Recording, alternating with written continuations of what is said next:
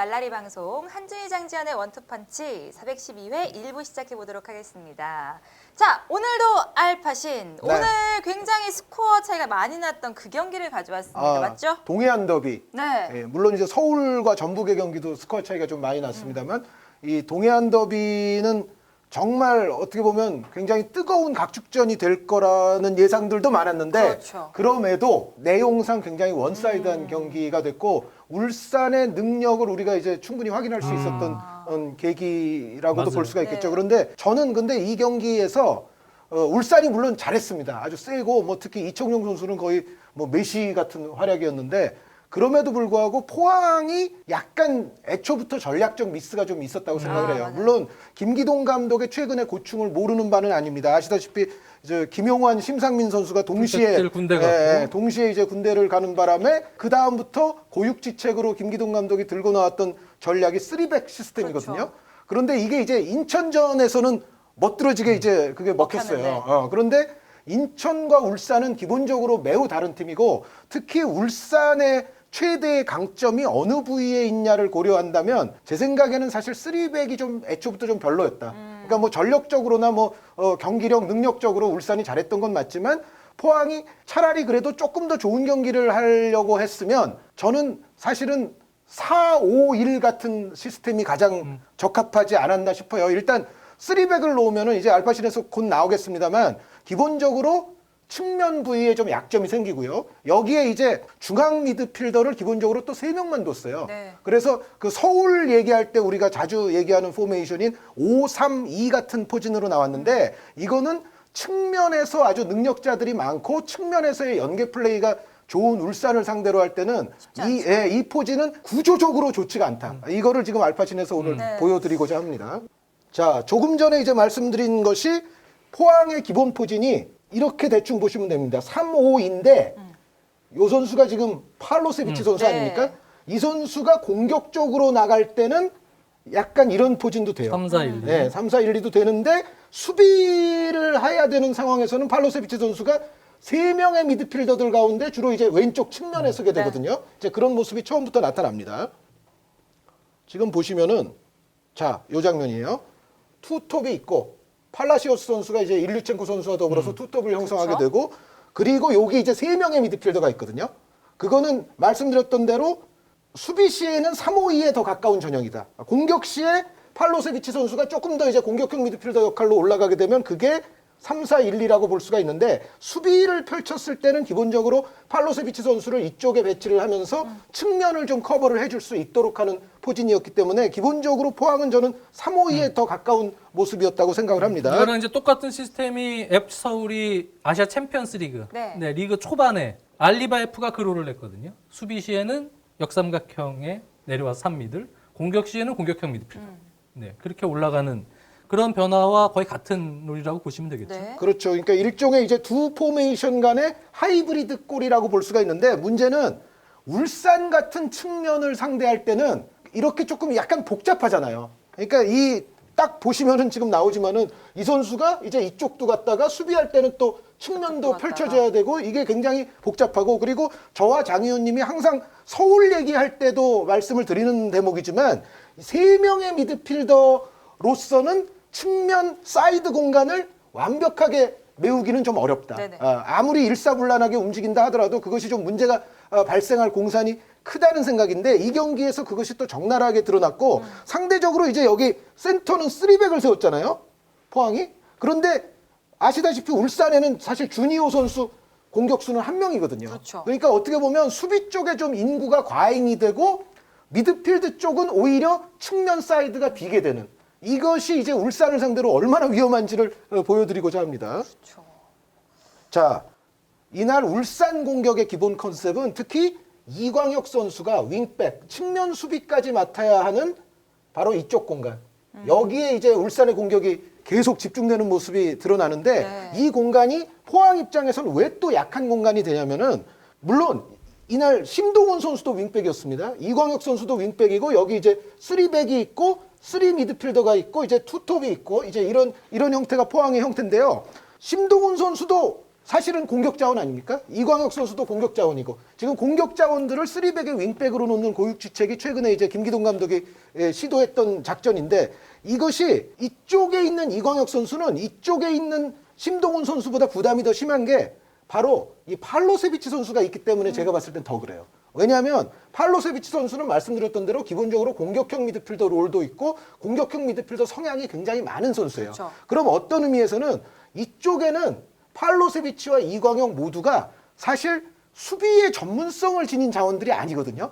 그런데 상대적으로 울산은 이쪽에 김태환이 있습니다. 네. 이청용이 있죠. 네. 뭐 최고의 선수가 있죠. 여기에 이제 이날 앞으로 계속 보시겠습니다만 고명진 선수가 상당히 또 좋은 역할을 해줘요. 그런데 반면에 왼쪽 측면 수비는 그런대로 포항이 좀 괜찮았던 것이 일단 이승모 선수와 심동훈 선수가 같이 수비를 들어가는 장면이 많았고 특히 이날 이제 또 화제를 모은 인물 있죠. 서령우 선수. 네. 이날 데뷔전을 첫 치른 선발. 신예 서령우 선수가 사실 오른발에 좀 더 익숙하거든요. 네. 그러면서 어떻게 보면 서령우 선수는 아주 깊은 지역까지 오버래핑보다는 이게 아니라 조금 더 안정지향적인 중앙지향적인 플레이를 많이 펼쳤어요. 네. 공격은 어차피 반대편에 김태환 선배가 있으니까 이제 본인까지 뭐 무리해서 공격할 필요는 또 없는 상황 아닙니까? 그러다 보니까는 결국 이쪽 사이드는 포항이 그런 대로 막아낼 수가 있는데 반대편 사이드는 취약한 거죠. 네, 이광혁 팔로세비치 이쪽은 상당히 취약해집니다. 지금 이제 보시죠.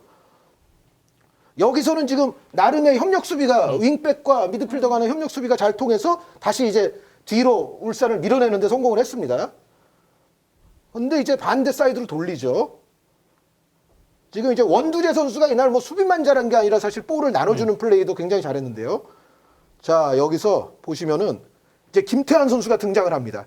여기서 이 측면 강한 팀한테 3백을 쓰면 좋지 않다는 게 벌써 이 장면에서부터도 사실은 약간 드러나요. 지금 김태환 선수가 몰고 올라오니까 이광혁 선수가 이제 가서 막으려고 하지 않습니까?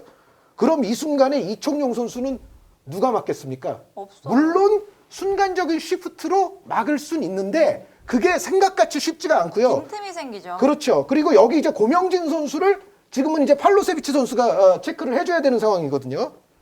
조금 더 진행을 시켜보면 근데 이제 이청용 선수가 있어요. 네. 결국은 이제 이청용 선수는 센터백 3명 가운데 왼쪽에 있는 지금 전민광 선수가 나가서 지금 막고는 있는데 지금 어쨌든 여기 지금 울산이 3명이고 지금 뒤따라가는 포항도 지금 3명입니다. 이 다음 장면을 또 보시면은요. 여기서 지금 이광혁 선수가 신경은 쓰여요. 김태환 선수가 신경은 쓰이는데 네. 그럼에도 불구하고 일단 이쪽으로 달려갑니다. 팔로세비치도 일로 가고 있어요. 자, 여기서 지금 딱 봐도 만약에 볼이 이쪽으로 빠져나온다면 김태환 선수가 굉장히 여유 있게 이제 크로스를 올릴 수 있는 공간이 일단 마련이 됐잖아요. 근데 이 장면은 또 더 재미있는 거는 뭐였냐면 고명진 선수가 그거를 아예 가르쳐 주면서 상대를 속입니다. 지금 보세요.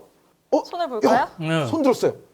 절로 줘. 이청용 선수에게 저기 태환이 비었어. 비었으니까 절로 주면 돼 라고 얘기를 하니까 요때 순간 지금 요 팔동작을 보고서 몸이. 이광혁과 팔로세비치가 비었네? 네. 이거를 이제 인식을 하게 돼요. 아차차. 아차차 가야지. 그런데 이청용 선수가 고명진 선수에게 줘버렸어요. 센스 있어. 네. 진짜.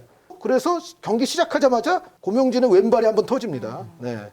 자, 그리고 이날 울산은 또 칭찬해야 될 선수들이 이 정승현 선수와 여기 안 보이지만 불투이스 선수. 네. 이 두 선수가 거의 뭐 반다이크나 훔멜스를 연상케 하듯 굉장히 또 아래쪽에서의 그 다양한 빌드업에 있어서 특히 롱패스적인 측면에서 굉장히 도움을 크게 줬거든요. 지금도 정승현 선수로부터 빌드업이에요. 자, 지금은 팔로세비치 선수가 일단 사이드로 나가는 지금 김태환 선수를 따라갔어요. 그런데 보시면은 지금 이청용 선수가 이쪽 동선을 취하고 있죠. 여기에 고명진 선수까지 지금은 측면 연계에 가세할 준비를 하고 있습니다. 울산은 이날 지속적으로 김태환, 고명진, 이청용 간의 정말 유기적인 연계 플레이가 아주 잘 들어맞았던 경기인데 여기에서 특히 이광혁 선수, 팔로세비치 선수 쪽의 수비가 굉장한 혼란을 겪게 됩니다. 지금도 보시면은 지금 팔로세비치 선수가 일단 김태환 선수는 막고 있지만 이청용 선수가 파고드니까 자, 이제 이광혁 선수는 급히 이쪽으로 돌아왔고 팔로세비치 선수도 그리고 중앙에 있던 최용준 선수도 지금 여기 최용준, 이승모 선수 3미들이 있지 않습니까? 모두가 지금 이청용에게 투입된 쪽을 주목했어요. 자, 그러나 이청용 선수는 여기서 욕심내지 않고 네. 고명진 선수에게 밀었죠. 그 다음 플레이를 한번 예측해 보시죠. 이쪽이죠. 그렇죠. 바로 이쪽이죠. 김태환 전진. 네. 왜냐하면 팔로세비치가 처음에는 김태환을 막는 듯 했으나 패스가 이청용에게 투입되자 모든 선수들이 이청용 몰려있어요. 선수에게 주목했어요. 물론 그건 이청용 효과일 수도 있어요. 이청용 선수가 워낙에 뭐 뭔가를 만들어내는 선수이기 때문에. 그런데 그러다 보니까는 지금 이 세 명 간의 연계에 의해서 항상 거의 오레이스 한 명이 빕니다. 포항은 그러니까 기본적으로 3백을 지금 고육지책으로 계속 들고 나오고는 있지만 3백에서의 수비, 특히 3명의 미드필더를 두면서 측면 수비를 윙백 하나에게 또 의존하면서 이거에 대한 조직적인 훈련이 제가 봤을 때는 완성 단계가 아니에요, 전혀. 이날 어떤 울산에게 휘둘리는 모습을 봤을 때는 전혀 완성 단계가 아닙니다. 지금 보시면은 예, 김태환 선수에게 갔죠. 그런데 지금은 이광혁 선수가 그래도 빠르게 다시 자기의 마크맨을 전환을 했어요. 이광혁 선수가 지금은 잘했습니다. 그래서 김태환 선수의 크로스를 일단은 코너킥까지는 만들 수 있었어요. 그런데 이 코너킥이 사실은 그 다음 장면은 제가 넣지는 않았는데 이 코너킥에서 사실 또 포항이 위협적인 장면을 한번 당해요. 그래서 지금 코너 준 것도 좋지는 않았는데 어찌됐건 지금과 같은 울산의 연계 플레이에서 포항은 적어도 한 명의 선수는 항상 놓치는 장면들이 아주 반복적으로 나왔다는 거.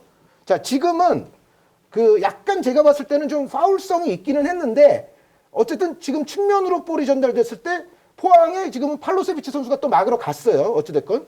근데 요거는 약간 파울성이 있었지만 포항이 나름 사실 이때 좀 팔을 썼거든요. 제가 봤을 때는. 근데 지금 심판이 이걸 불질 않았어요.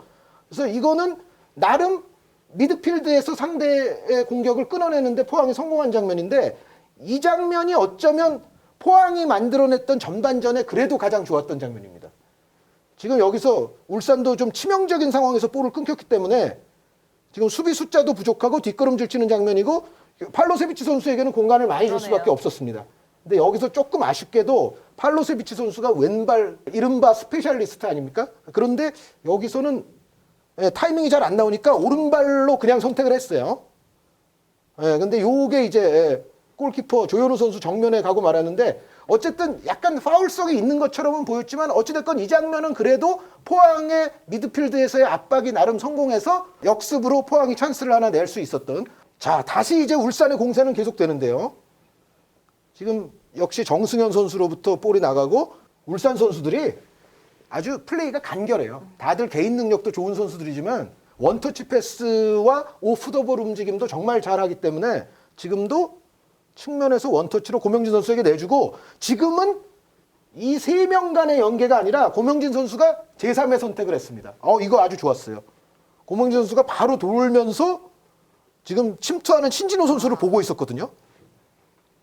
여기서 이게 포항에게는 천만다행하게도 이것도 파울이 불리지는 않았기 때문에 망정이지 지금 고명진 선수의 롱패스 선택은 굉장히 좋았고 울산이 측면 연계에만 또 의존하지는 않는다. 네. 이렇게 다양한 방식으로도 공격을 할 수 있다는 또 위협성을 한번 보여준 장면입니다. 자, 그리고 이 장면은 역시 곧이어 나온 장면인데요. 지금은 이제 던지기, 스로인이 됐는데 여기서도 이제 포항이 어려움을 겪습니다. 지금 보시면은 지금은 주니오 선수까지 측면에 나와 있거든요. 네. 여기 고명진, 신진호 선수가 있고 이제 이청용 선수가 들어가는데요. 지금 주니오 선수가 전민광 선수를 여기까지 잡아두고 있는 상황이었고 최용준 선수가 지금 중앙으로부터 이동을 해서 협력 수비를 해줬거든요.